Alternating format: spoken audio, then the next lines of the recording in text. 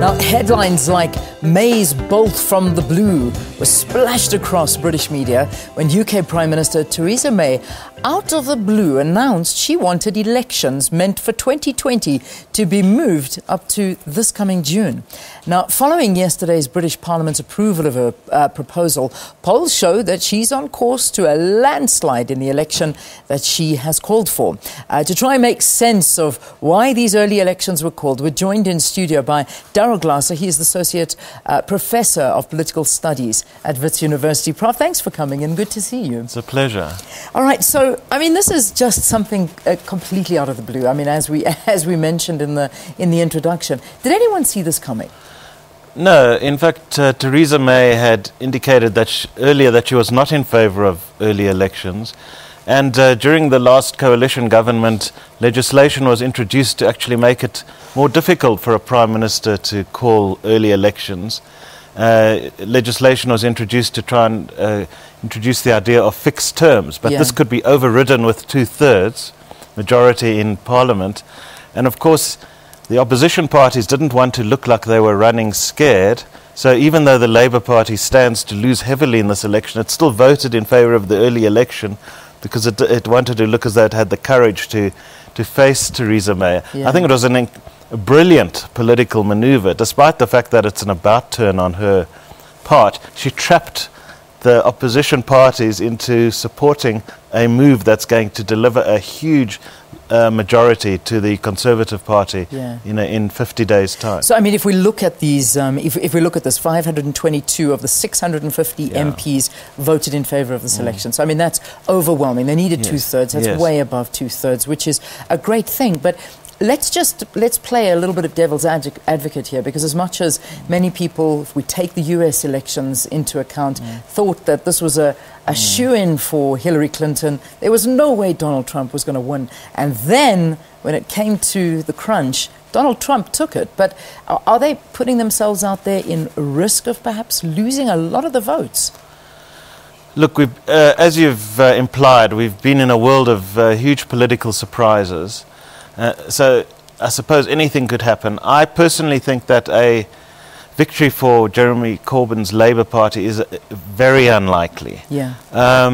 It's true that there is a certain resemblance between Corbyn and Trump in that they're both populist outsiders. Remember, we've been in a situation where we've seen populist uprisings on both the political right and the political left. And Corbyn is the equivalent of the sort of Sanders insurgency inside the Democratic Party in the United States.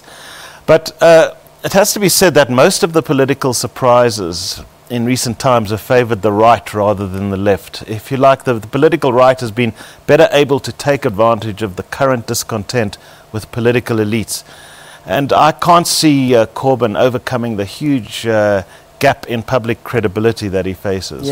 What about the Liberal Democrats? Because they're very anti-Brexit. And if suddenly the UK are now beginning to realise more and more that maybe Brexit is not a good thing, maybe we shouldn't do this. And then obviously you've got your Liberals that perhaps are another way to vote. I mean, is this really an outside chance? Or, I mean, is there a possibility you may see a lot of swings going there? Well, look, Brexit itself is irreversible. Britain is leaving the European Union, and not only the Tories but the Labour Party has accepted that.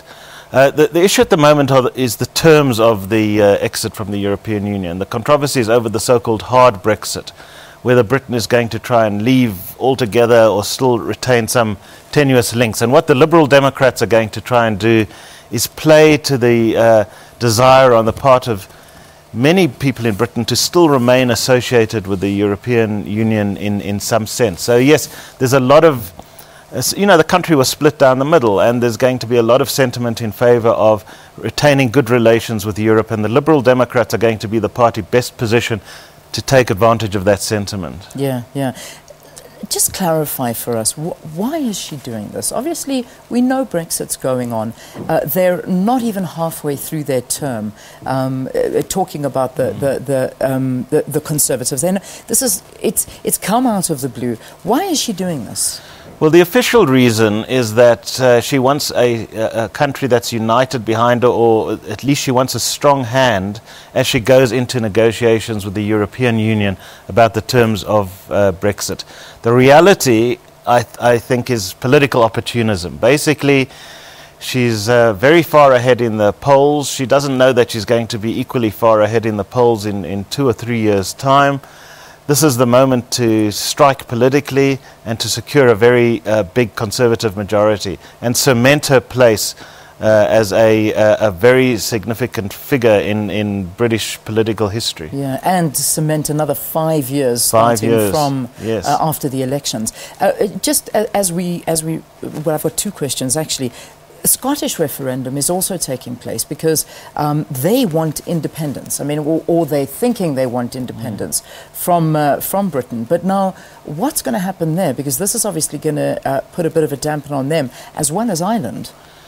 Yes, well, Scotland recently had an independence referendum where they chose by a narrow margin not to leave the United Kingdom. The British government has not yet agreed to another referendum, but the Scottish nationalists are pushing for it very hard, and they're saying if Britain can have a general election, the Scots can have another referendum.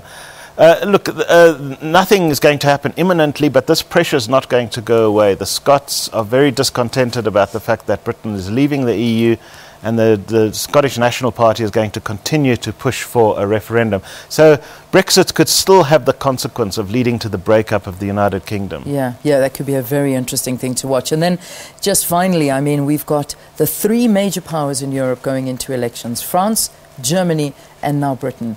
I mean, where is Europe at the moment? Well, Europe, like the United States, is facing a situation of widespread popular discontent with established political elites. France is the country where the populist right, if you like, the European equivalent of Trump, has the best chance of winning out. I still think that that's probably not going to happen there. In the case of the United Kingdom, the right-wing insurgency from UKIP has largely been contained. I don't think UKIP, now that Britain's on the road to what is probably a hard Brexit, I don't think UKIP's going to be a very powerful force there. So the Conservative Party has proved to be quite adept at maintaining, at fending off this kind of right-wing populist challenge. All right. Thank you, Professor. Thanks for coming in, giving us a little bit more clarity as to what was announced this week, and quite a funny one where people are saying that May announced in April that the elections will be held in June. You know, it's just one of those play on months. But Professor, thank you very much for coming into studio. Professor Daryl Glaser is he's a Associate Professor for Political Studies at Wits University. Let's take a break. After this, off to Pietermaritzburg we go. Stay tuned to find out why.